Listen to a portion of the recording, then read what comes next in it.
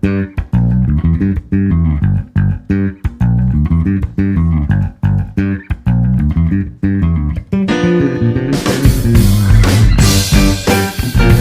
ya, Assalamualaikum warahmatullahi wabarakatuh. Gimana kabarnya hari ini? Mudah-mudahan baik-baik saja, tidak kurang suatu apapun. Sehat jiwa dan raga ya, bahagia lahir dan batin. Nah, itu yang kita selalu harapkan bersama di setiap harapan dan doa kita ya. Baik, untuk kesempatan kali ini kita akan membahas tentang keseimbangan ya. Jadi seringkali kita mendengar kata seimbang ya, atau keseimbangan. Artinya seimbang itu apa ya? Apa? Pastinya kalian sudah tahu gambaran itu seimbang. Jadi seimbang itu biasanya tidak berat sebelah, itu ya, adil gitu ya. Atau lebih mudahnya begini. Contoh ketika ada perlombaan tarik tambang ya. Kalau posisinya seimbang itu berarti misalkan tarik tambang antara grup A dengan grup B. Nah, grup A misalkan tim A dengan tim B itu seimbang, artinya tenaga tim A dan tenaga tim B itu sama. Nah, ketika terjadi tarik tambang, maka si tambangnya itu diam, tidak bergerak ya. Misalkan si A menarik ke sebelah kiri, si B menarik ke sebelah kanan ya. Di tim A menarik tambang ke sebelah kiri, tim B menarik tambang ke sebelah kanan. Kalau kedua tim itu seimbang, maka tambangnya akan diam. Nah, tetapi kalau misalkan tim A lebih besar tenaganya ya, tim A menang, pasti akan bergeser ke tim A gitu ya, si tambang tersebut.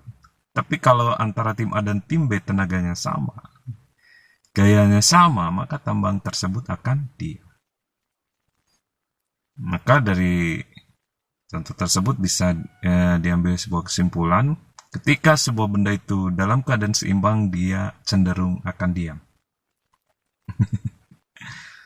Ya, kalau sudah menemukan keseimbangan, benda tersebut cenderung akan diam. Tetapi kalau benda yang belum seimbang, biasanya dia bergerak kemana gitu ya.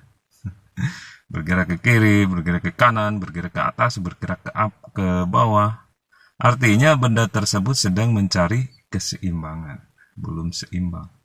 Kalau bergerak ke atas, berarti gaya ke atas itu lebih besar dengan gaya ke bawah. Kalau bergerak ke kiri, berarti gaya ke kiri itu lebih besar dibanding dengan gaya ke kanan. Itu artinya tidak seimbang. Tapi kalau seimbang, sebuah benda mengalami keseimbangan, maka sebuah benda tersebut akan cenderung mengalami posisi yang diam ya. Dia akan cenderung diam. Sudah menemukan keseimbangan, jadi dia betah, diam gitu ya. Tidak banyak pergerakan karena tidak ada yang dia cari, karena dia sudah menemukan keseimbangan. Sama aja ketika kita menimbang membeli beras atau membeli gula atau membeli barang di warung ya. Itu ada neraca atau ada timbangan yang sebelah kiri dengan sebelah kanan. Ketika sudah pas gitu, maka timbangannya itu akan diam kan. Misalkan beli gula 1 kilo, maka gulanya 1 kilo dan pemberatnya juga 1 kilo. Ketika sudah sama 1 kilo, itu akan seimbang, diam kan gitu ya. Nah, itulah gambaran mengapa terjadi keseimbangan. Nah, baik, untuk lebih jelasnya, marilah kita ikuti pemaparan dan ilustrasi berikut ini. Nah, ini dia, benda dapat dikatakan seimbang jika memenuhi 2 syarat. 1, jumlah gayanya sama dengan 0. Sama dengan tadi ya. Jadi sudah digambarkan dengan adanya lomba tarik tambang ya. Jadi jumlah gayanya itu sama dengan 0 ketika 2 tim itu seimbang. Jadi tim pertama tenaganya 5, misalkan tim pertama ke kiri, tim kedua ke kanan ya. Tim pertama menarik tambang ke sebelah kiri, tim kedua menarik tambang ke sebelah kanan. Nah, jika tenaganya sama, maka tambang tersebut tidak akan bergerak ya, karena tenaganya sama. Misalkan ke kiri tenaganya 5, ke kanan tenaganya 5. 5 dengan 5 itu kan sama ya. Ketika arahnya berlawanan, maka tentu saja akan membuat keadaan itu diam. Tapi kalau misalkan berat salah satu atau salah satu lebih besar tenaganya, misalkan ke kiri 6, ke kanan 5, pasti yang 6 yang menang dan tambangnya akan bergerak ke sebelah kiri, ke yang lebih besar kan gayanya gitu. Makanya di sini dikatakan sigma F sama dengan 0 gitu. Maksudnya adalah jumlah gaya sama dengan 0. Jadi kalau tenaganya sama 5 ke kiri, 5 ke kanan, 5 kurangi 5 kan hasilnya 0. Nah, sehingga jumlah gaya yang sama dengan 0 itu mengakibatkan benda cenderung lebih ke diam gitu ya. Itu gerak kiri kanan. Atas bawah juga sama. Nah, mengapa sebuah benda itu diam di atas meja? Ya, karena benda tersebut sebetulnya ingin bergerak ke bawah, tetapi oleh meja ditahan. Nah, gitu. Jadi gaya tahan meja dengan gaya benda ingin ke bawah itu sama. Nah, misalkan bendanya itu gaya ke bawahnya lebih besar daripada gaya tahan meja. Contohnya ketika menyimpan apa gitu, barang yang sangat berat di atas meja sehingga meja tidak mampu lagi menahan barang tersebut. Contohnya nyimpen setum lah di atas meja, pasti mejanya rusak kan. Mejanya tidak mampu menahan dan setumnya terus ke bawah gitu. Karena gaya ke bawah lebih besar daripada gaya ke atas ya. Makanya benda itu diam di atas meja karena gaya ke bawahnya sama dengan gaya ke atas. Contoh yang gaya ke atas lebih besar ya seperti mobil didongkrak ke atas ya. Jadi gaya dongkrak ke atas itu lebih besar daripada berat mobilnya itu gitu ya. Makanya mobil terdongkrak bergerak ke atas. Adapun kalau gaya ke bawah dan gaya ke atasnya sama, pasti benda tersebut akan diam gitu. Karena jumlah gayanya sama dengan 0. Gaya ke bawah 5, gaya ke atas 5. 5 kurangi 5, 0 kan hasilnya. Begitu juga dengan syarat yang kedua. Sigma to atau jumlah torsinya sama dengan 0. Contohnya seperti kita mendorong pintu keluar ya. Kita ingin membuka pintu, sementara yang dari luar ingin menutup pintu. Padorong-dorong, kalau tenaganya sama kan menghasilkan torsi yang sama. Itu tenaganya sama dan jarak lengan momennya sama, pasti akan menghasilkan torsi yang sama. Nah, torsi yang sama itu dengan arah yang berlawanan akan menyebabkan jumlah torsinya sama dengan 0, akan menyebabkan pintu tersebut tidak akan terbuka. Karena didorong dari dalam keluar, didorong dari luar ke dalam dengan torsi yang sama, pasti jumlah torsinya akan sama dengan 0, maka pintu tidak akan terbuka ataupun tidak akan tertutup, akan cenderung diam. Jadi itulah dua syarat mengapa sebuah benda itu bisa dikatakan seimbang atau diam.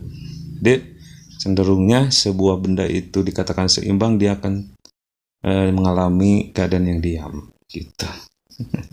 Makanya kenapa ada sesuatu itu gerak sana kemari ya, depan ke belakang, ke atas, ke bawah, mungkin dia belum seimbang, dia sedang mencari keseimbangan. Ataupun kalau benda itu sudah PW, sudah seimbang ya santai, tenang, diam ya, cenderung tenang gitu.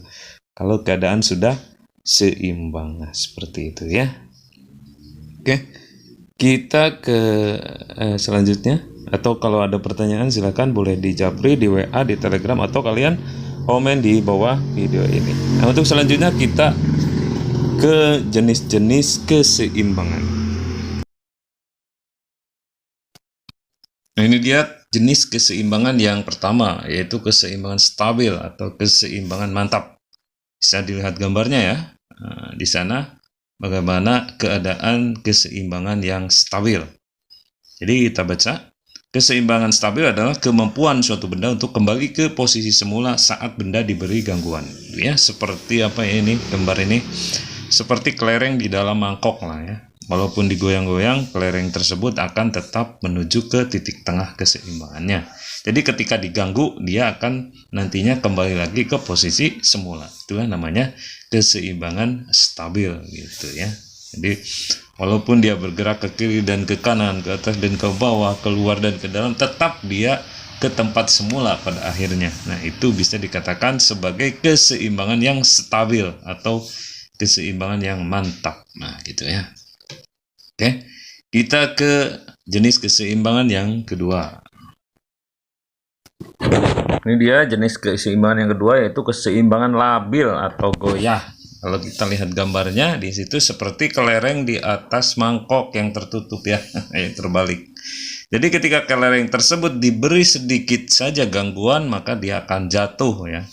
Kalau kita baca kata-katanya, keseimbangan labil adalah terjadi jika benda tidak bisa kembali lagi ke posisi semula saat diberi gangguan gitu ya.